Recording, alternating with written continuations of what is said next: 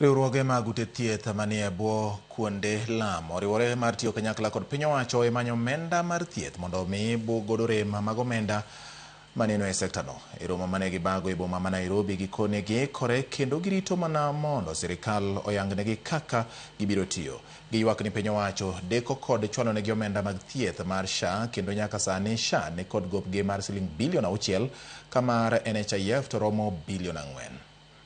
Developments of PEFA, when you check from last year, after His Excellency the President of the United States of America, I think based on the emerging and evolving issues which have come in place, we have now to have the funding based on the projects we have been implementing, which were funded by PEFA and CNDC and USAID and also DOD.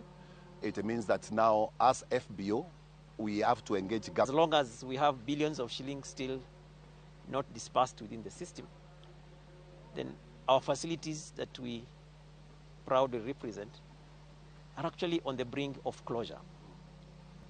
So something fundamental must happen, and it must happen now, because if it doesn't happen, then the population that we are serving, unfortunately, will not be able to access quality health care.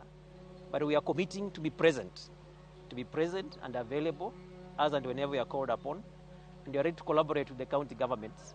We are also ready to collaborate with the national government.